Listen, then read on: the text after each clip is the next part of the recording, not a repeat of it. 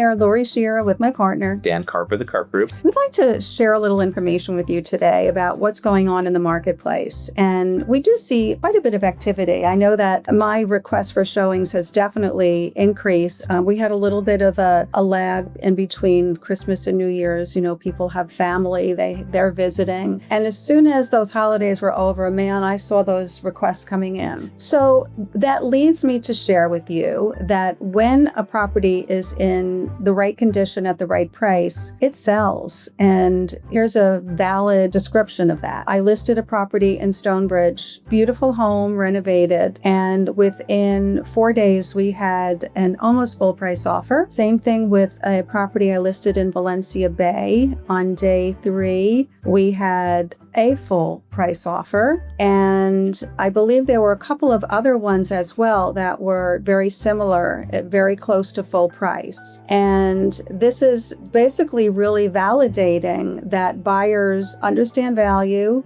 My sellers that are realistic have done everything that I have recommended they do. And so that has given them the results they're looking for. Yeah, I think it's really well said. And it goes into what we were talking about last time about an uptick in buyer activity. Inventory starting to shrink a little bit because more pendings are going, or more homes are actually starting to pend. You talked about houses that you have pending and that you put under contract quickly. I'll share one story and then I'll ask you a question. We had suggested to a seller to price a home at 1.9 in Country Club community, and was insistent on pricing over $2 million. And we really said, look, it's your house and we're going to support you. Here's the data and here's what we believe. And we priced it at $2,050,000. We had offers anywhere from 1.6 to 1.9 in the first week or two. After 45 days, said, you know what, I think you're right. We dropped it to 1,950 and under contract 3 days later at 1,875. And it really is pricey, and the condition was fine, but it was really about price and how it relates to it. And I think you had a situation where you had multiple offers on a specific property, more in line with maybe what the market is, and you had suggested to the seller to either consider accepting it or lowering the price to match where the market was. So it happens. Guess where it is now? It's off market. It's off market, meaning it failed to sell. It's not that the seller decided not to sell. It failed to sell at the expectation of the seller. Yeah.